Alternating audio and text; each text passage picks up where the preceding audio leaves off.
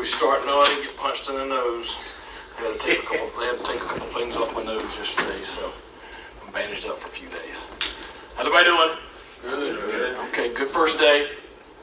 Couldn't ask for any better weather. I told some of the new guys, I said, this is mid-October weather right here. I mean, this is certainly not typical Eastern North Carolina, beginning of preseason camp weather. But so they got lucky with that. But exciting day. Every year is a new year. Every team's a new team, and that certainly applies to this group. And you had some guys that you hope are going to look a certain way, and kind of guys that have been here, and you hope they're going to step up. We saw some guys do that today. Saw some new guys. They got to learn how we practice and kind of how we work, and that's okay. That's what you expect. I mean, every place in the country doesn't do things the same way. So, they had a lot of enthusiasm. Of course, with the new rule that they passed last week, you had more guys out there today than you've ever had before, with 120 instead of the typical 110. So, some guys, they'll get their first reps tomorrow. Some of the freshmen, they're just kind of figuring out how we're functioning today. But overall, very positive first day. We are in helmets, so we all know that's not really real. But a very positive first day, and be good film this afternoon and get ready for tomorrow.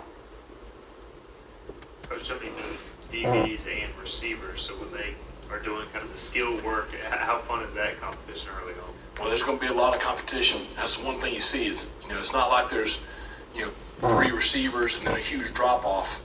You got to figure out who the guys are, but you got a lot of guys, and you got a lot of guys that can play. Same thing in the secondary. You're going to have a tremendous amount of competition at all 4 secondary spots, and a tremendous amount of competition on offense at wideout. It'll help us. It'll make us better. Speaking of those DBs in the secondary, it seems like you really tried to add a lot of length Yep. there in the offseason. Yeah, both in the secondary and at the second level, linebacker, outside linebacker position. We're longer, we're faster, we're very athletic. Now we gotta learn how to play together.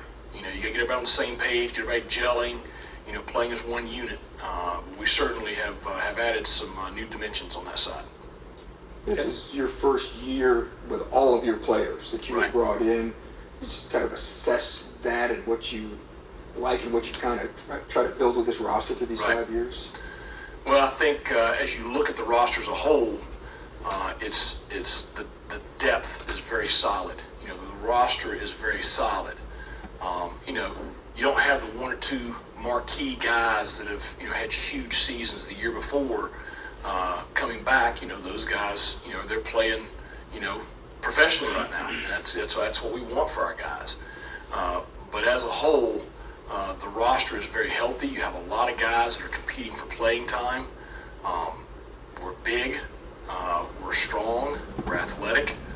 Now, we've got to figure out who's who and put those pieces in the right spots. But we're very pleased with where the roster is. Speaking of the roster and the new guys, so many leaders left last year. Do you feel like it's almost like a cultural reset with so many new guys stepping up to those leader positions? Well, you had some leaders that left, but you also have a lot of leaders returning. I mean, that D-line group has been starting for 3 years. I mean, they've played a lot of snaps.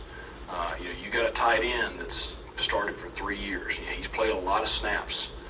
You got a running back that was, as good as there was in this conference his freshman year. So you've got a lot of leaders returning too. So I think that it's just, different guys stepping into different roles. At quarterback, how much is the evaluation start today, and how much is it with the scrimmages that come up in a couple of weeks? Well, with the competition we have across the board at every position, the evaluation is every day. And, you don't throw anybody out because they didn't have a great day, and you don't crown somebody just because they had a great day. The evaluation is going to be the full body of work for preseason camp. Certainly, I thought we had 3 quarterbacks that functioned at a very high level today. It was good to see Raheem. I told him after the first drive of team, I said, well, that certainly didn't look like the spring. And part of it was he had snaps that actually hit him in the hand, every snap, so that helps him. But I thought he looked very composed, and so now you feel like you can function with your third quarterback. Alex and Mason look like experienced guys today. Both of them had a solid day. How did the offensive line hold up? The heat was not there as much, No. but they had a new coach this Right, year. So new coach and a lot of new combinations. The first group today was, a lot of guys that have been in the program. And then you got some guys in that second group that are new to the program. You're going to see a lot of shuffling in that group. I think that we do have the ability this year where we don't have to sit here and just play 5. I think we're going to be able to play 8, 9 guys up front on offense. And so it's just figuring out who goes where and getting those guys reps, because you're going to have guys that are going to play, a couple of different positions. You just got to get those guys reps together. Speaking of the offensive line, who is like a vocal leader up there in that group? Well, I think Parker Moore and Hampton Ergel, 2 guys that have been in the program and have played a lot of ball. I think those 2 guys are the 2 that kind of jump to mind immediately when you talk about leaders in that room. But you have some veteran guys that I think will emerge in time that are new to our program that have played a lot of ball too, that I think will have some leadership abilities. What did it mean to have Rajay back, and then how do you have to be cautious just kind of working him back into the mix even though he is fully cleared? He's fully cleared. He has no restrictions. The athletic training staff, they'll work with him to see if there's ever a day where we need to take a little bit off of him or whatever. But I told him that I'm not going to be hesitant with him during preseason camp. He is an experienced back. By the time we make that trip September 2nd, I want him fully confident and fully ready to go so that he can be Rajay Harris. Is that a mental side too that he has to get through?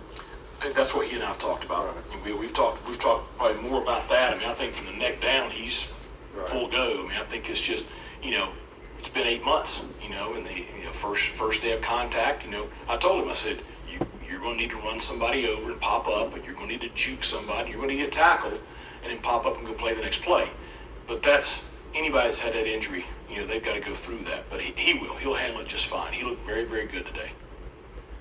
Quarterback Alex, just what changes have you seen in him through this last year that's made him get to this position where he's competing for quality playing time?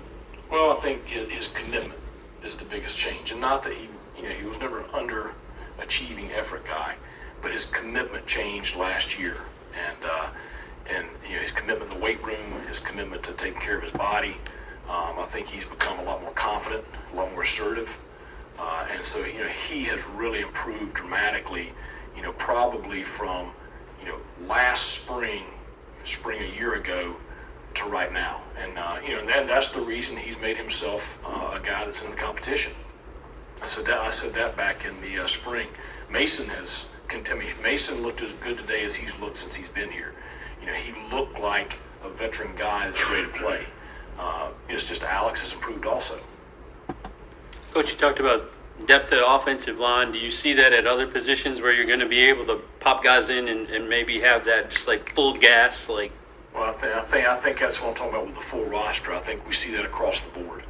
It's the days of us having to play 4 guys on the D line are over.